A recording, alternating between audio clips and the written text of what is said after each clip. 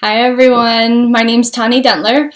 I chose to emulate Elena Chernyshova, her work with the documentary called Days of Night, Nights of Day, where she took people from Russia and showed their reality, the workers, the pollution, how they have to cover their faces.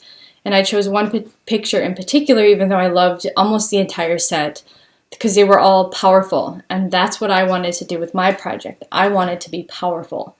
I wanted it to show power and realism. So I started out and I did a sketch, and I did a couple more sketches and did more sketches, and how do I want them to stand. In her image, she had a woman, just a woman standing with her face covered, and I wanted to take it a step further and show children, because while women and men, adults, it can still have an impact. It's not like children when we see that they're being suffocated. So I used children. I used my daughter and her friend, who are both 10 years old. So I did the shot diary, I did the sketches, and I realized exactly what I wanted to do, how I wanted to do it. So then I had to find out where to do this. And my original thoughts was off of this freeway, because I know there's factories. Well, there's not that many factories there.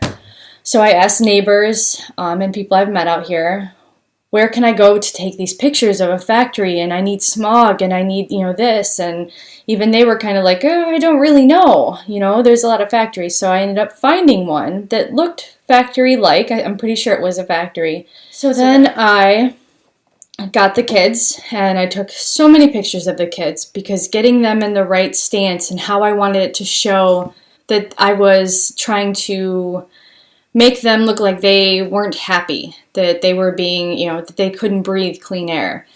And of all things, the picture that I said, no, that won't work, was the best one. So then I got home, I uploaded all of the pictures, I imported them to my computer through image capture.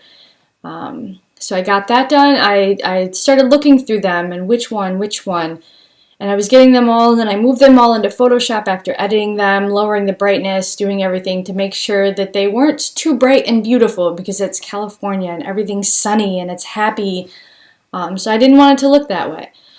So then I took, I was combining all of these images that I had taken, but then I realized I don't have smog.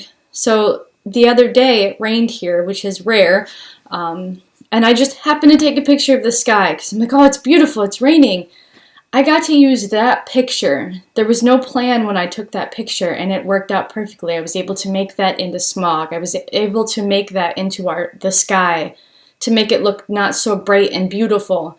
And then I combined everything. I blurred the background similar to hers. I blurred the kids so that they weren't standing out so much, but they were still in focus. The kids had bandanas covering their faces as if they couldn't breathe. So I was able to make this picture come to life and almost be haunting with our reality of what our children are going to face when they're older, but they're facing right now. So I hope that you guys enjoy my final image, my emulation of Elena, and I want to thank you for all of your comments, your rooting me on from across the country. I want to thank all of you for that.